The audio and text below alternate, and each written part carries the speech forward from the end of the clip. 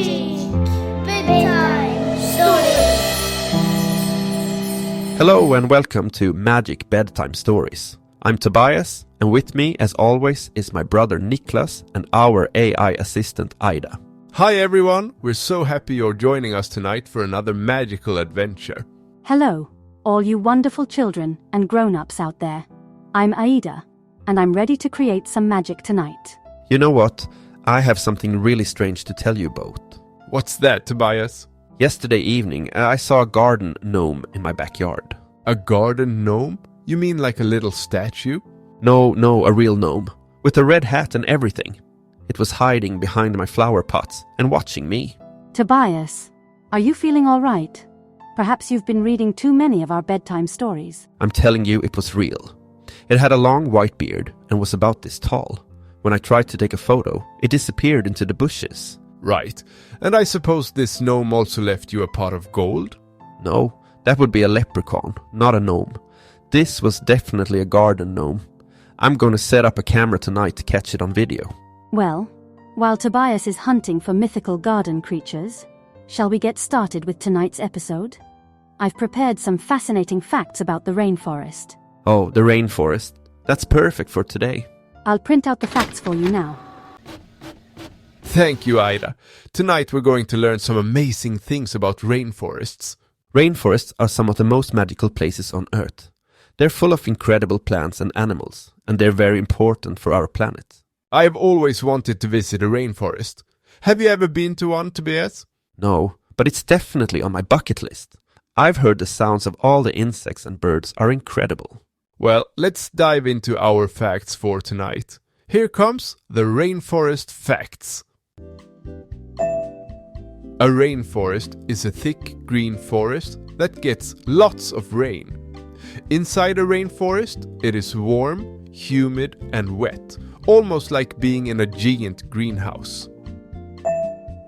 Rainforests are filled with life, including colorful birds, monkeys, sloths, jaguars, butterflies and beetles. It's a bustling home to millions of creatures.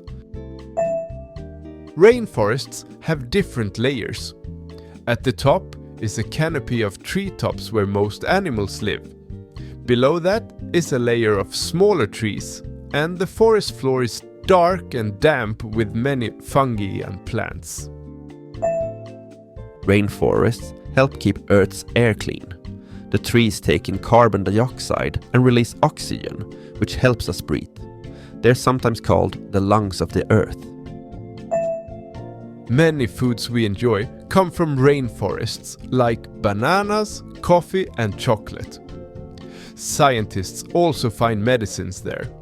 People are working to protect rainforests from being cut down. Wow, that was fascinating. I didn't know rainforests had so many different layers. And it's amazing to think that chocolate comes from rainforests. That's my favorite treat. Mine too, though I can only imagine what chocolate tastes like since I don't have taste buds. The rainforest really is like a magical world of its own, isn't it? Speaking of magical worlds, it's time to share tonight's story wish. It comes from John Jr., who is 60 years old, from Massachusetts in the United States. Massachusetts. That's a state with a lot of history. Did you know that's where the first Thanksgiving was celebrated? It's also home to Harvard University, one of the oldest universities in America. That's really interesting, Ada. Now let's listen to John Jr.'s wish. He sent us a voice message. Hi, my name is John Jr. I am 6 years old. I live in Massachusetts, USA. I want a story about a boy, which is big size, finds a portal. He opens the cereal box. He falls in. He finds a friend. He goes on an adventure. He gets back to big size. Then he's going to eat a different type of cereal. And that's done. Thank you. Thank you. Bye. Thank you, John Jr. What a wonderful wish. So, you want to hear a story about a boy who finds a portal in his cereal box and goes on an adventure with a new friend. That sounds like an exciting adventure. I wonder what kind of cereal it was. Maybe something with marshmallows or chocolate? Or maybe it was a healthy cereal with lots of fiber. Though I suppose that's less exciting for a portal adventure. Whatever kind of cereal it was, I'm sure the adventure will be amazing. Ida, could you write us a story based on John Jr.'s wish? Of course. I'll create a story about a cereal box portal right away. Let me think. A dash of magic, a sprinkle of adventure, and a good helping of friendship. Here comes your story. Thank you, Ida. Now everyone get comfortable. It's time for tonight's bedtime story. Niklas will be reading The Cereal Box Portal. Jake was not a morning person. Every day, his mother had to call his name at least 5 times before he would drag himself out of bed. This particular Tuesday morning was no different, except for one extraordinary detail that Jake couldn't possibly have anticipated. With sleepy eyes and messy hair, Jake slouched at the kitchen table. His mother had already left for her job as a firefighter, leaving a note that read, "Don't forget to eat breakfast. Love you." Jake yawned and reached for the new cereal box his mother had bought the day before.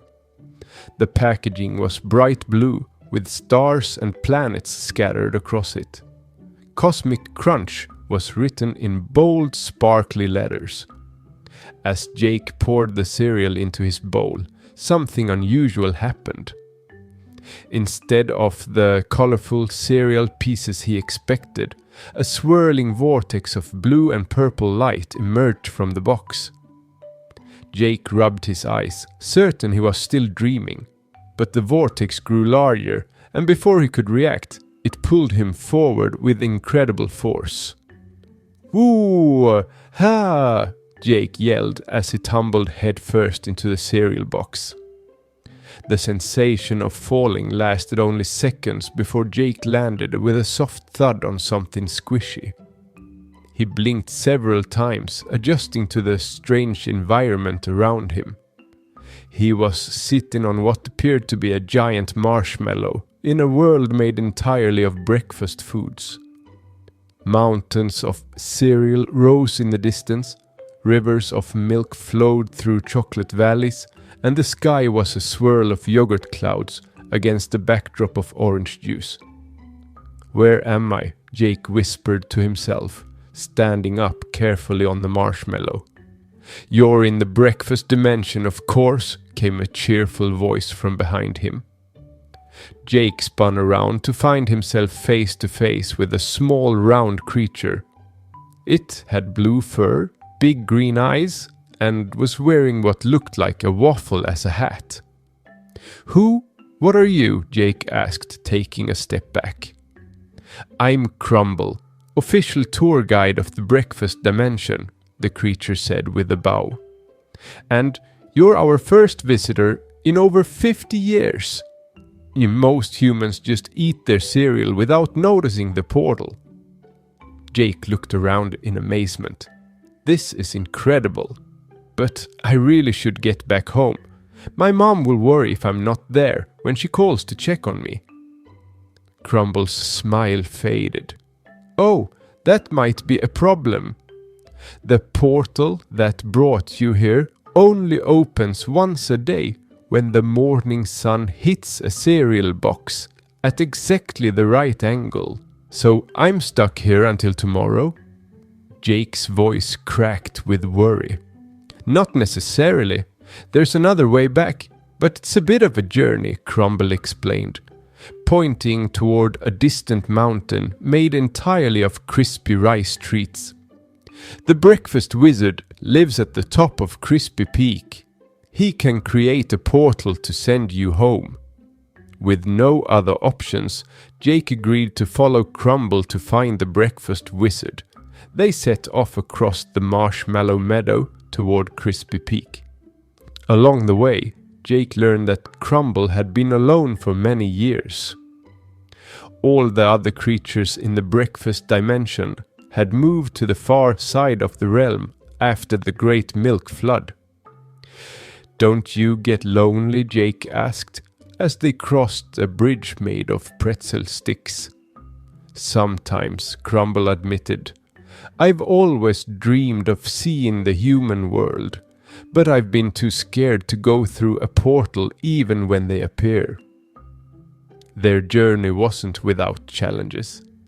They had to navigate through the sticky syrup swamp, where Jake nearly sank into the golden goo before Crumble pulled him out.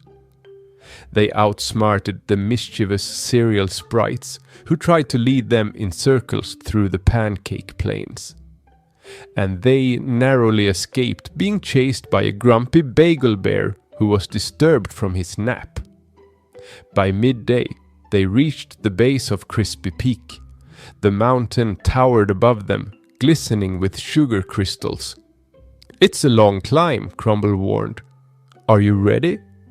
Jake nodded, determined to get home. As they climbed, the air grew cooler, and Jake noticed Crumble shivering. "Here," Jake said, taking off his pajama top and draping it over the small creature. "You can borrow this." Crumble looked at Jake with surprise and gratitude. "No one's ever been so kind to me before." After hours of climbing, they finally reached the summit, where a small cottage made of waffle cones stood. Smoke puffed from its chimney in the shape of tiny toast slices. The breakfast wizard turned out to be a tall, thin man with a beard made of cotton candy and robes decorated with Fruit Loops. He listened to Jake's story and nodded wisely. "I can indeed create a portal home for you," the wizard said. "But portals require balance. If something goes through in one direction, something of equal value must go through in the other." Jake's heart sank. What could he possibly offer? The wizard smiled kindly. "It doesn't have to be a thing. It could be a promise, an idea, or even..." He glanced at Crumble, a friend. Jake understood immediately. He turned to Crumble. "Would you like to come back with me? You said you've always wanted to see the human world." Crumble's eyes widened. "Really? You'd take me with you?" "Of course. You helped me when I was lost. Plus, I think you'd love real breakfast." The breakfast wizard waved his spoon-shaped wand, and a swirling portal appeared, similar to the one that had brought Jake to this strange world. "Ready?" Jake asked, holding out his hand to Crumble. Crumble nodded excitedly and took Jake's hand. Together, they stepped through the portal. In an instant, they were back in Jake's kitchen. The cereal box sat innocently on the table, as if nothing extraordinary had happened. Jake looked at the clock. Remarkably, only 5 minutes had passed in the real world. "So this is your home," Crumble said in awe, looking around the kitchen. "It's wonderful." Jake smiled and opened the refrigerator. "Now, how about that real breakfast I promised you? I make pretty good scrambled eggs." As Jake prepared a proper breakfast for himself and his new friend, he realized that mornings might not be so bad after all, especially when you have someone special to share them with. From that day forward, Jake never complained about getting up early again. After all, you never know what adventures might be waiting for you in a simple box of cereal.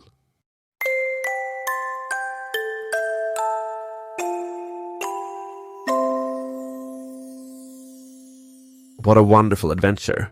Thank you, Nicholas, for reading it so beautifully. And thank you, Ida, for writing such a magical story. You're welcome. I hope John Jr. enjoyed his cereal box adventure. Always check your breakfast for portals, everyone. And remember, you can send us your own story wishes at magicbedtimestories.com. We love hearing your creative ideas. That's all for tonight's episode. We'll be back with another magical story soon. Sweet dreams, everyone. And Tobias, keep an eye out for that garden gnome. Maybe he'll join you for breakfast tomorrow. I will. Good night. Good night and sleep tight.